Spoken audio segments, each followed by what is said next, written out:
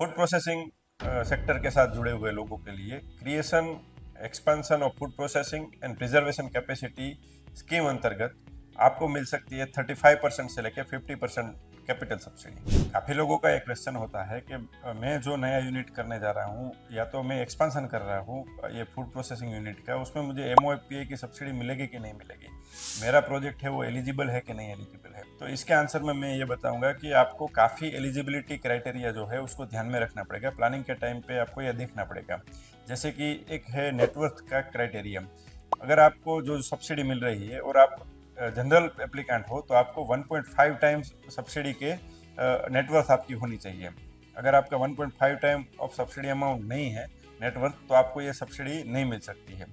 अगर आप SC/ST candidate हो या तो बिजनेस एंटिटी है जिसमें SC/ST का 51% से ज़्यादा स्टेक है, तो ऐसे बिजनेस एंटिटी को, और जो भी सेल्फ हेल्प ग्रुप है या तो फार्मर प्रोड्यूसर ऑर्गेनाइजर है, उसको इसमें थोड़ा रिलैक्सेशन दिया गया है। उसमें सब्सिडी अमाउंट जितनी है उतनी उसकी नेटवर्थ होनी चाहिए। और गवर्नमेंट या PSU यूनिट है उसको यहाँ पे कोई नेटवर्थ का क्राइटेरिया नहीं है, आपको नेटवर्थ का कोई रिस्ट्रिक्शन यहाँ पे नहीं है। दूसरा जो एलिजिबिलिटी क्राइटेरिया है वो टर्म लोन के आधार पे है कि आपका जो टर्म लोन है वो आपने कोई भी शेड्यूल कॉमर्शियल बैंक से लिया होना चाहिए।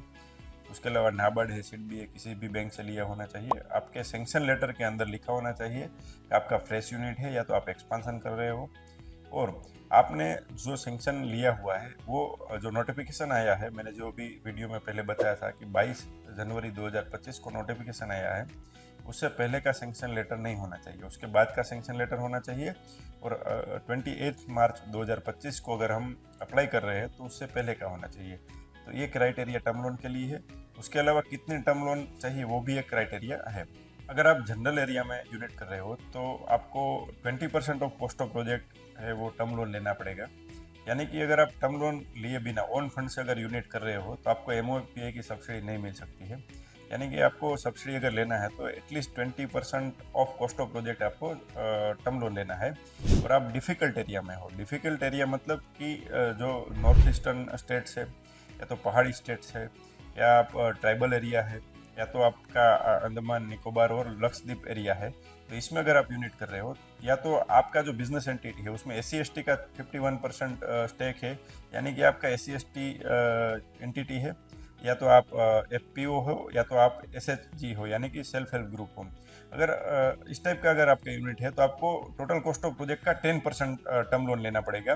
विदाउट टर्म लोन यहाँ पे MOPA की सब्सिडी नहीं मिलती। दूसरा एक जो क्राइटेरिया है वो खास करके है अपना DPR, detail project report and bank appraisal की रिक्वायरमेंट है। यानी कि अगर आप खाली सेंक्शन लेटर या तो आपने प्रोजेक्ट रिपोर्ट सबमिट कर लिया तो आपका सब्सिडी सेंक्शन नहीं होगा। आपको डिटेल प्रोजेक्ट रिपोर्ट देना पड़ेगा और उसके आधार पे बैंक आपका टर्म लोन है वो सेंक्शन करेगी। और जो टर्म लोन सेंक्शन करने के लिए बैंक ने इंटरनल एक अप्राइजल रिपोर्ट बनाया होता है, वो अप्राइजल रिपोर्ट आपको DPR के साथ सबमिट करना पड़ेगा, तभी आपका MOPA का सब्सिडी आपको सेंक्शन मिलेगा। दूसरा एक जो क्राइटेरिया है वो इक्विटी इन्फ्यूजन के लिए है। यानी कि आप जो फंड डाल रहे हो, यानी कि आप एज ए बिजनेस एंटिटी आप कितना पैसा इसमें इन्वेस्ट कर रहे हो, उस हिसाब से भी एक क्राइटेरिया देखा जाता है। अगर आप जनरल एरिया में हो तो आपको 20% ऑफ कॉस्ट ऑफ प्रोजेक्ट आपको इक्विटी डालना पड़ेगा। अगर आप डिफ़िकल्ट एरिया में हो, SC/ST यूनिट हो या तो फार्मर प्रोड्यूसर ऑर्गेनाइजर हो या तो सेल्फ हेल्प ग्रुप हो, तो आपको 10% of total cost of project डालना पड़ेगा। यहाँ पे जो आपने कॉस्ट कैपिटल कॉस्ट इंकर किया है उसके लिए अगर आपने अनसिक्योर्ड लोन लिया है तो वो इक्विटी के लिए गिना नहीं जाएगा, आपका ओन इक्विटी इसमें चाहिए होगा। कैपिटल आपने जो भी इंट्रोड्यूस किया है प्रोजेक्ट सेटअप करने के लिए या तो एक्सपांसन करने के लिए, वो यहाँ पे गिना जाएगा। यहाँ पे एक और रिक्वायरमेंट जो है वो मिनिमम आपका जो कॉस्ट ऑफ प्रोजेक्ट है वो मिनिमम 3 करोड़ से ऊपर होना चाहिए अगर आप जनरल एरिया में है। अगर आप डिफ़िकल्ट एरिया में हो या तो SC/ST ऑर्गेनाइजेशन हो या तो आप फार्मर प्रोड्यूसर ऑर्गेनाइजर हो या तो आप सेल्फ हेल्प ग्रुप हो, तो आपका प्रोजेक्ट कॉस्ट है वो 1 करोड़ मिनिमम होना चाहिए।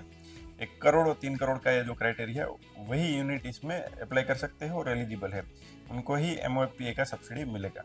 मेजर जो एलिजिबिलिटी क्राइटेरिया है उसमें एक क्वेश्चन ये भी होता है कि नंबर ऑफ एप्लीकेशन हम कितनी कर सकते हैं। तो एक एंटिटी एक ही एप्लीकेशन कर सकती है।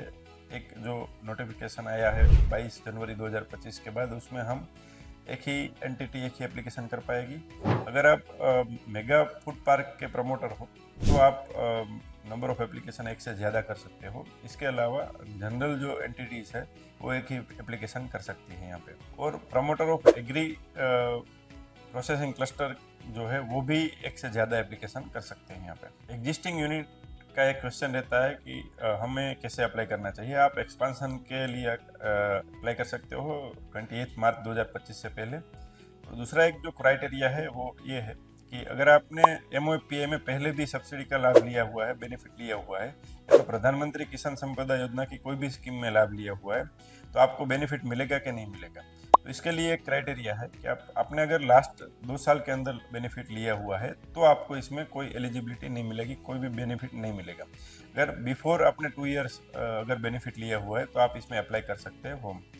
अगर आपने 2 साल के पहले ही लिया हुआ है तो आप अप्लाई कर सकते हो। और दूसरा एक क्राइटेरिया ये है कि 10 साल के अंदर आपको कोई भी 2 प्रोजेक्ट इसमें एलिजिबल मिल सकते हैं, MOPA की सब्सिडी हो या प्रधानमंत्री किसान संपदा योजना की कोई भी स्कीम हो। एप्लीकेशन करने की लास्ट डेट है 28 मार्च 2025। उससे पहले आपको एप्लीकेशन करना है। और ये स्कीम की पूरी डिटेल देखने के लिए हमारे YouTube चैनल पे आप वीडियो देख सकते हैं।